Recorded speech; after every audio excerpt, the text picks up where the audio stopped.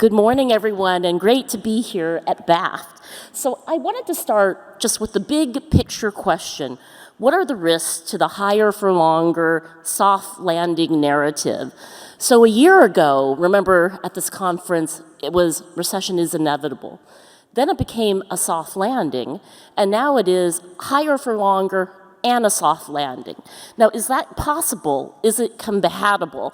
And those are the questions I'd like to talk about, and then to spend some time on this whole issue of globalization and de-dollarization and what we're looking at for the supply chain.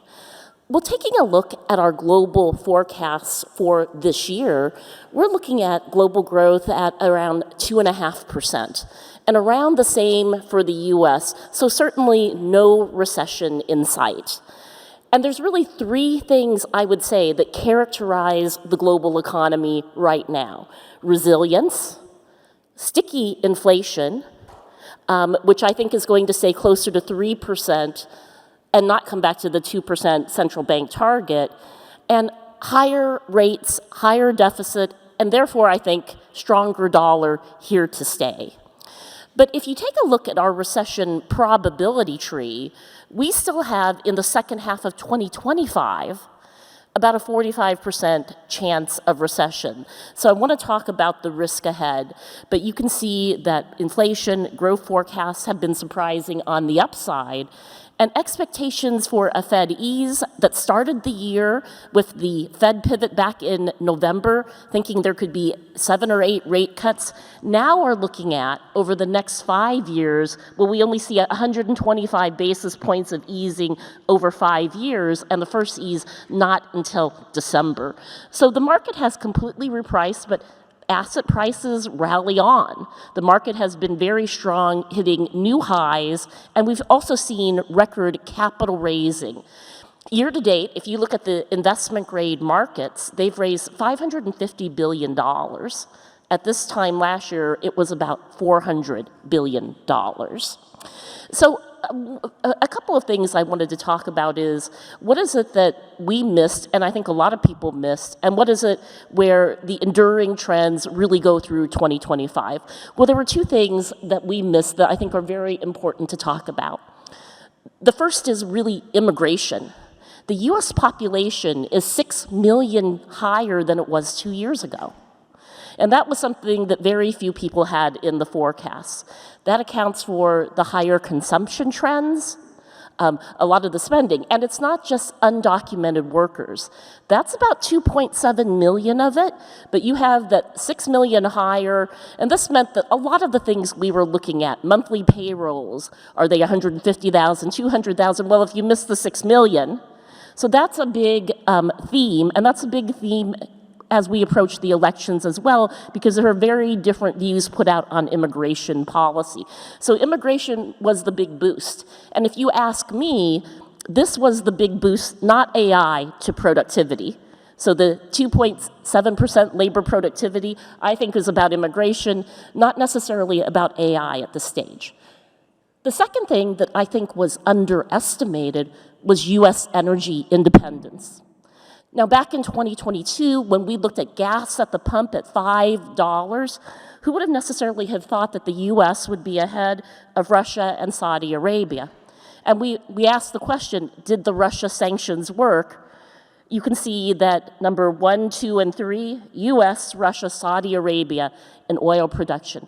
And that has made the US story so different from Europe, the energy independence, and also the very strong energy demand that we have seen with the global economy. So these were two things that I think were either not accounted for or underestimated that explain why we did not have a recession. But as we look ahead, what is here to stay? Well, higher for longer, I think, is here to stay. And the things that I think in our own forecast we got right were the higher yields, the higher inflation, and also the new regime, which I think is a fiscal regime, looking at fiscal deficits that are going to be in the order of 6% of GDP rather than the 3 to 4% of GDP that we had previously. So, a lot of people say, where do you think real yields are going to settle? And when we put out this view, a lot of people thought it was ludicrous in 2022, but we have a forecast over the medium term that what you should be planning for real yields is 2.25%. So 5.25% for the 10-year Treasury nominal.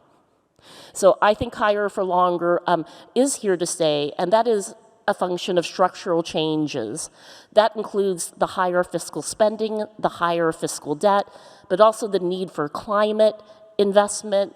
It includes many other structural factors related to deglobalization and the supply chain as well. So a lot of people said, okay, recession 45%, but what is the risk of a Wile E. Coyote moment? So I want to talk about the household and the corporate balance sheet in the United States right now. So there isn't a Wile E. Coyote moment. This big bar, that's the assets. The small bar is the liabilities. And so you don't have a liability mismatch, which is usually when you get a crisis. So when you put this into context, during the pandemic, we look at 27 countries. Countries spent anywhere from 1% of GDP to 36% of GDP in fiscal spending. Mexico spent 1% of GDP. Germany spent 36% of GDP. And the US, right in the middle, about 20% of GDP. So you had an enormous amount of fiscal spending that supported the household balance sheet. We estimate that the household balance sheet wealth increased by $43 trillion. Now that's like creating 2 years of household income over a 4-year period. It's enormous. It's really hard to think of any precedent. But let's just take a look at the breakdown, and this is where the problem is. Why is there such a big disconnect between the macro and the micro? So household balance sheet, 30% is housing.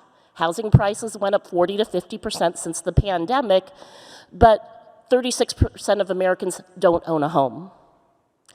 40% of the household balance sheet is financial assets, which also have hit record levels. But only 41% of the people in the US own equities. Another 20% is pension assets. Well, this is all fine, but not if you're Generation Z. You don't have pensions, you don't own a home, it is a housing affordability crisis, and you probably don't own a lot of equities either.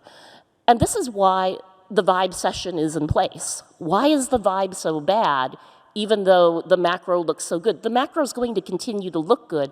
It's that asymmetry in the distribution that's leaving out 1/3 or more of the population. And that really is the factor that's going to hit the elections as well.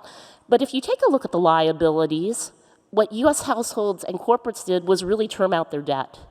So 80% of mortgages, 30-year yield, 30-year maturity, 3.8% yield. This is why there's no supply. We still have home price appreciation going up. Even with the mortgage rates that we have in place, we think home prices will be up about 3%. So this is very resilient at the macro level, but also very unevenly distributed. And we're seeing some warning signs. And they look like hockey sticks for those of you who are in the payments business. So we now see that credit card delinquencies for low income are running at twice the level of higher income cohorts. 50% of Americans now say they're using their credit card to pay for what we call the big five: housing, food, utilities, transportation, and healthcare. And we see that credit card debt is now over $1 trillion, about $1.13 trillion at the low. When government payments were coming in, credit card debt was at $770 billion. It was around $915 billion before the pandemic. But you can see with auto loans, credit card delinquencies, Chapter 11 filings, it looks like a hockey stick, and we're probably just at the beginning point of this stress. And so I do think when you come to the second half of 2025, depending on what the election results are, the excess savings have also come down from that enormous amount of savings gain that came with the disbursements.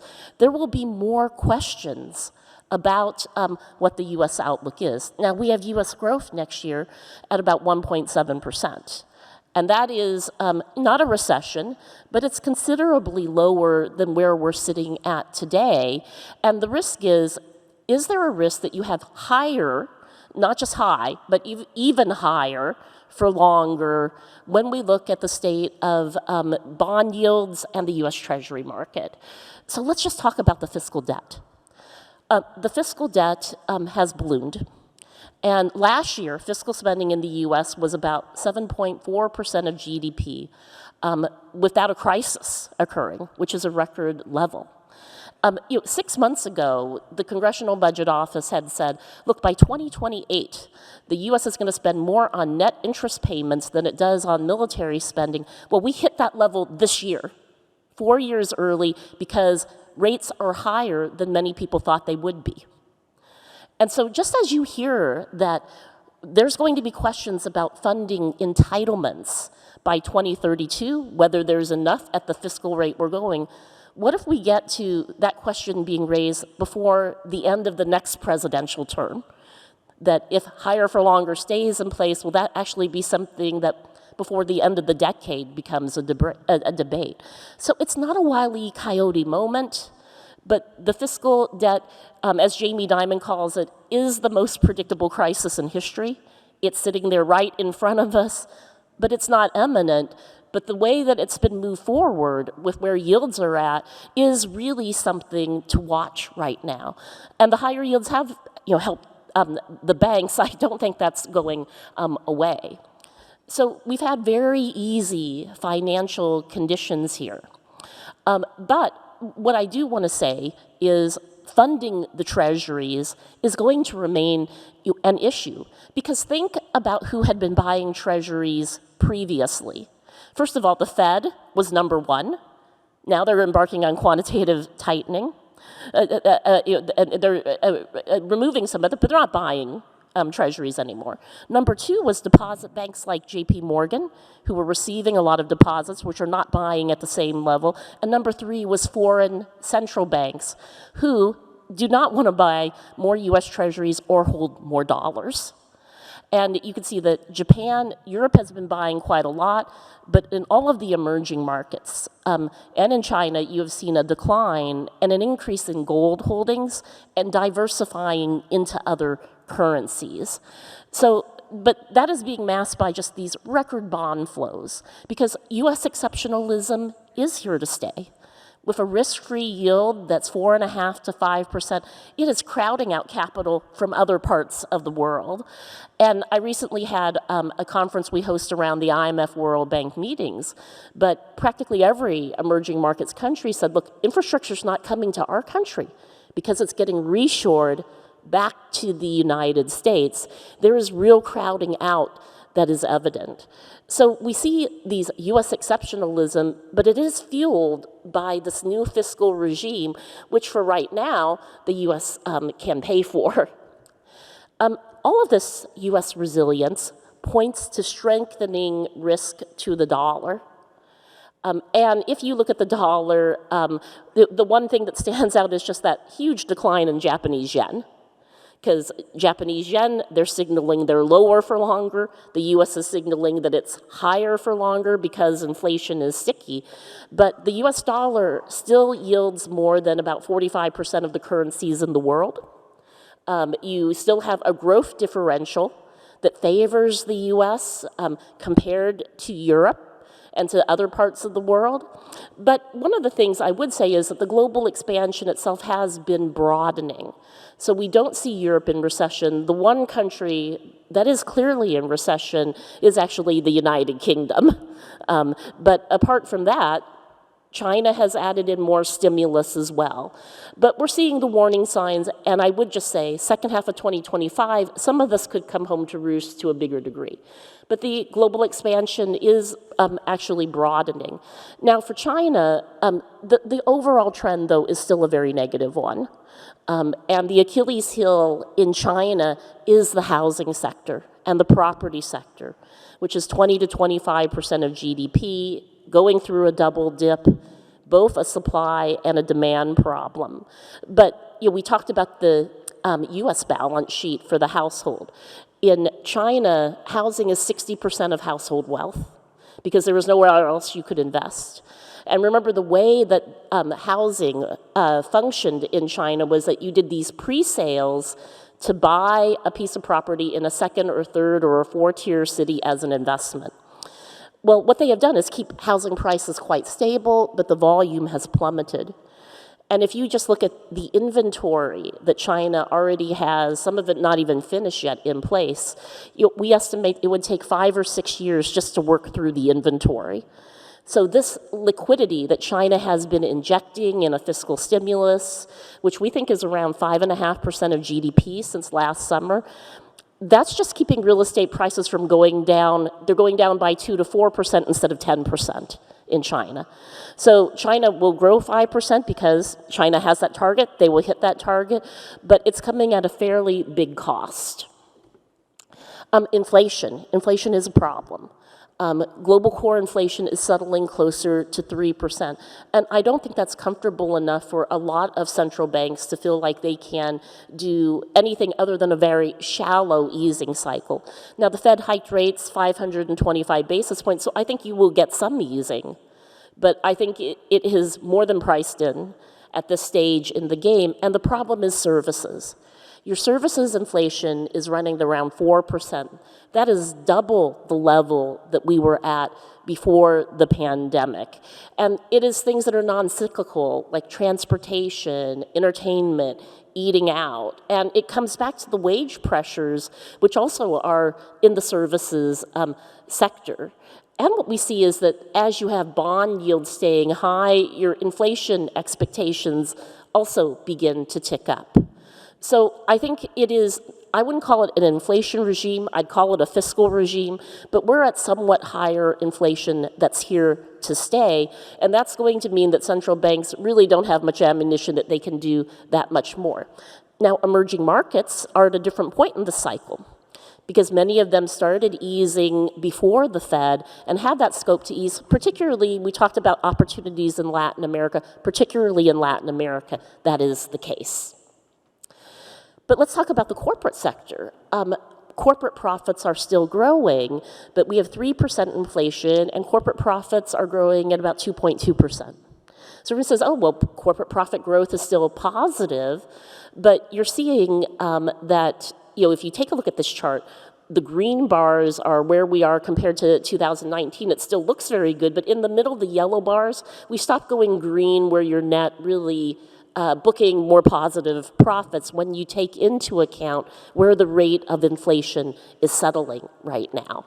So we had this massive disinflation trend that really came off of commodity prices coming down in 2023, but now we're stuck here. And if anything, the risks from here for commodity prices are to the upside. And so let's talk about the commodity market. We think there's about a 25% chance that Brent oil reaches $100 by the fall. And one thing that's very interesting is that Russia's output has declined to match Saudi Arabia's. We see gas at the pump up 15% since December. But there are many of us who look at this and wonder if Russia's output decline actually does coincide with trying to put pressure on the U.S. elections as we get into closer to the election date because of gas at the pump. Now I want to talk about deglobalization and spend a few minutes talking about the supply chain and de-dollarization. Well, deglobalization is a narrative that is not yet reality. And when you take a look at trade as a global percent of GDP, it has stagnated and flatlined since about 2010, but it hasn't come down. And nor has China's share of trade come down. And even if you take a look at the U.S., we still have a record, there's a record trade surplus in China now, a big focus on overcapacity, but even in the US, except for where there are specific tariffs in place, we're still importing a lot more from China. Now, a lot has been made out of the US imports from China and Mexico matching each other. But our estimate is that 45% of the improvement in Mexico is actually Chinese suppliers who have relocated to Mexico. It's the first time in 35 years that I've seen that unit labor costs in Mexico are actually lower than China.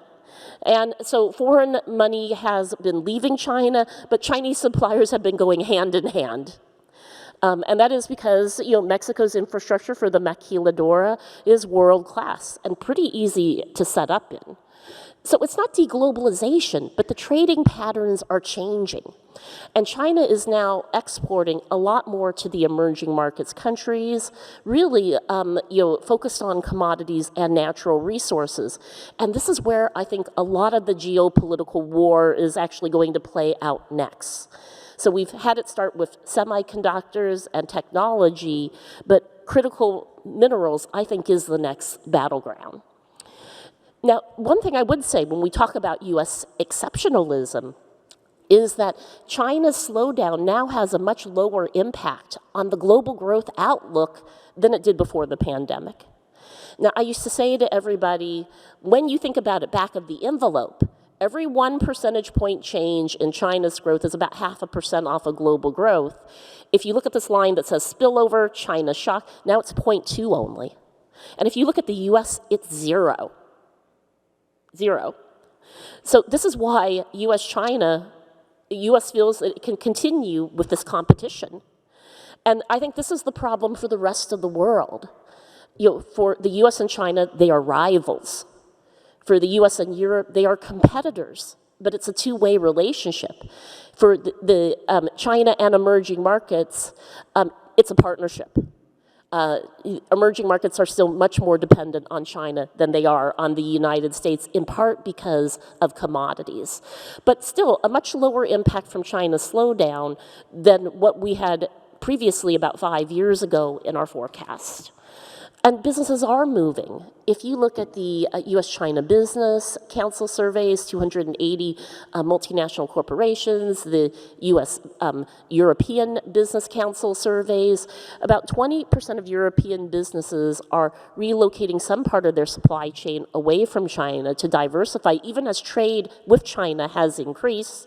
Xi Jinping is doing his first visit in 5 years to Europe, and about 25% to 30% of US businesses are shifting or considering shifting some part of their supply chain.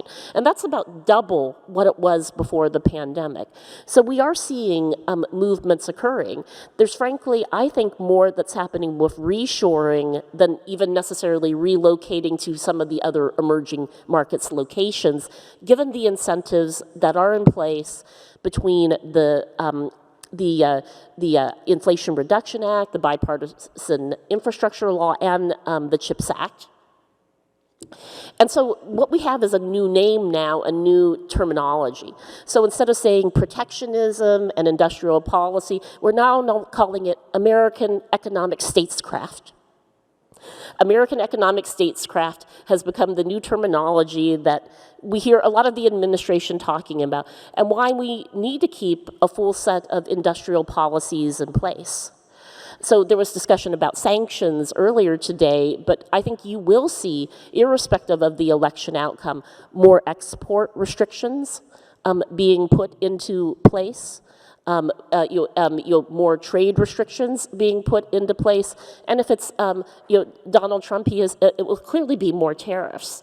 But you can also see results, and it's very interesting to look at what has happened for U.S. investment in the semiconductor sector. That orange bar, if you look at those bars, that's the U.S. You can see, you can't even see it from 3 years ago. But the industrial policy is bringing U.S. investment back into semiconductors.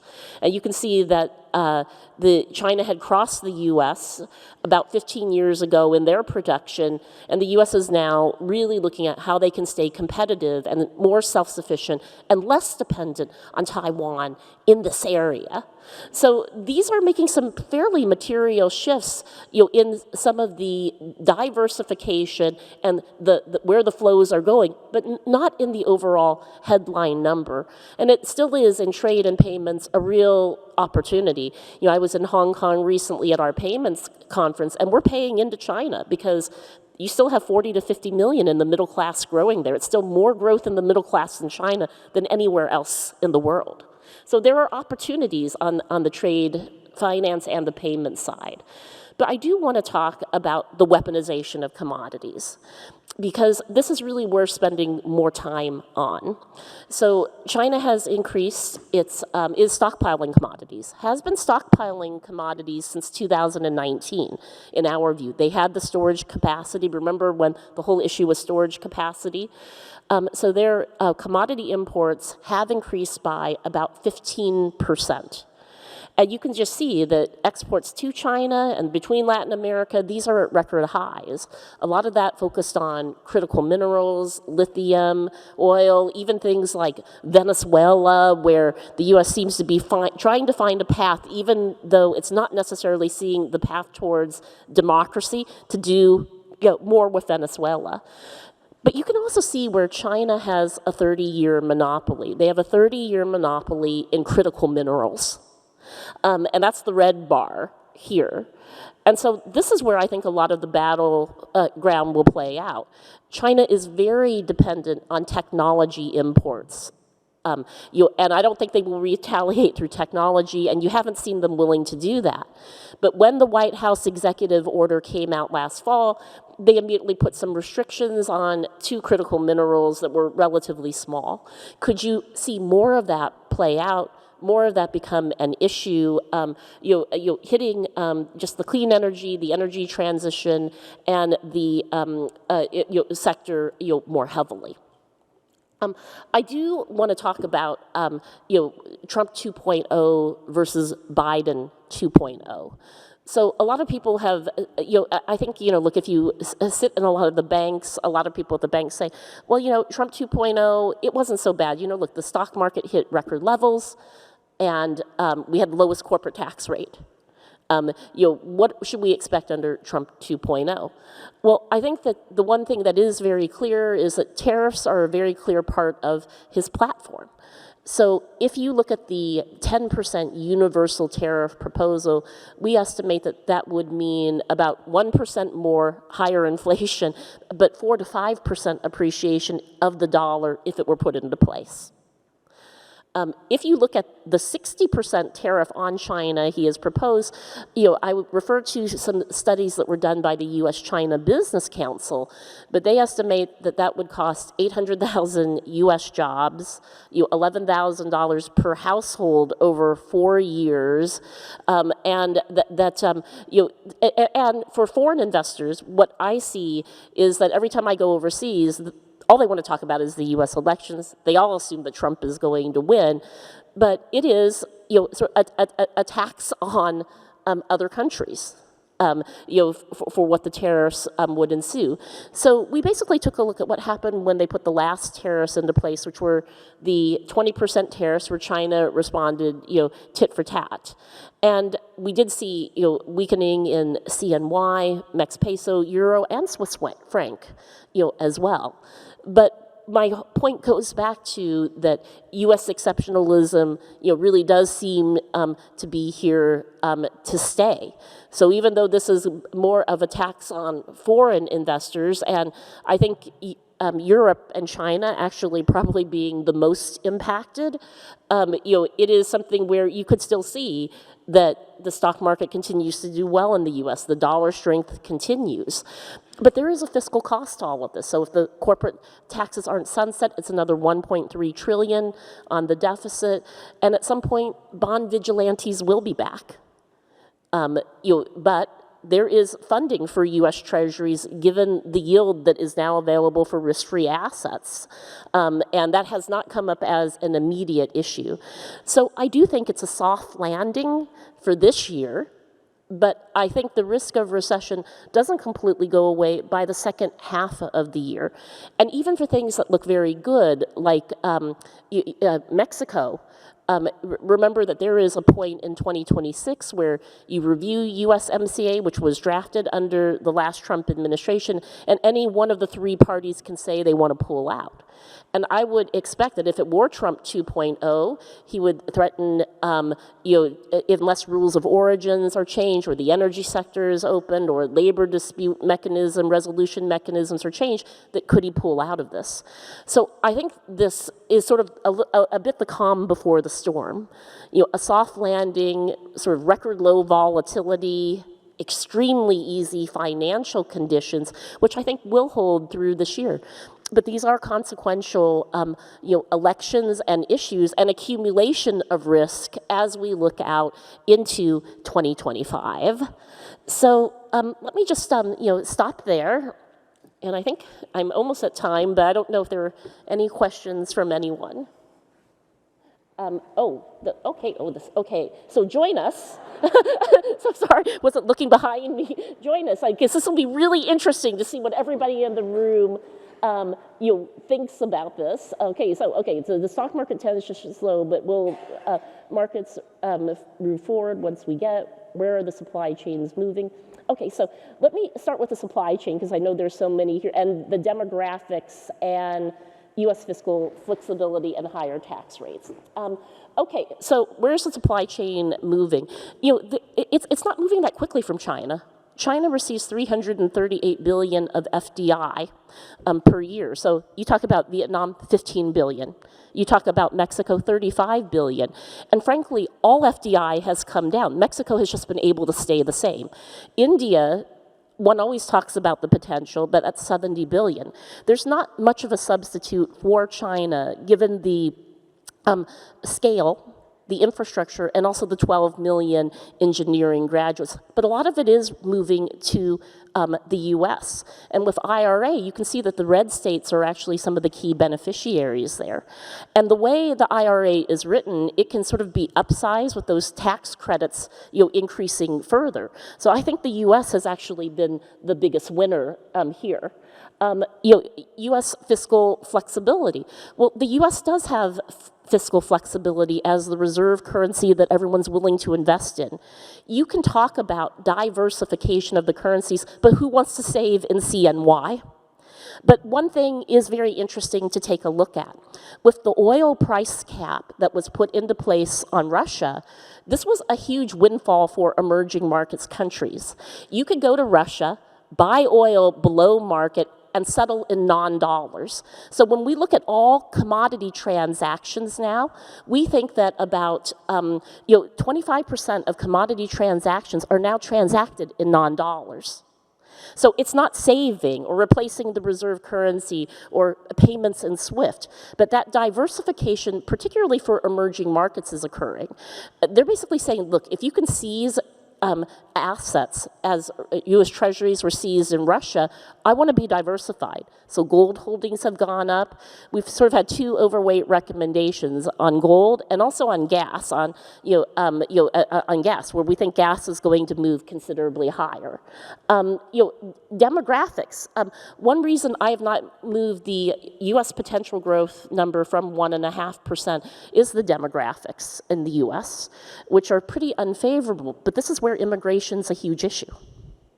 So if Trump says that I'm going to actually take more of the military spending from Europe, put it on border control, change immigration policy, that I think is very linked to the demographic issue, because that was a big miss in a lot of our forecasts.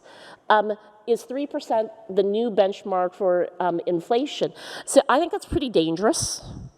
If you do that, I mean, if you begin to move the inflation, targets around, I think that's very dangerous. They've been pretty able to anchor expectations by keeping at that 2% target. So I think the bar is really high for central bankers to actually feel, particularly with such easy financial conditions, that they need to ease. I think they're going to stay higher for longer, that being much harder for Europe than the United States. So let me stop there. And thank you so much for having me at such a wonderful event. And it's wonderful to be in Orlando, not in New York today. Thank you.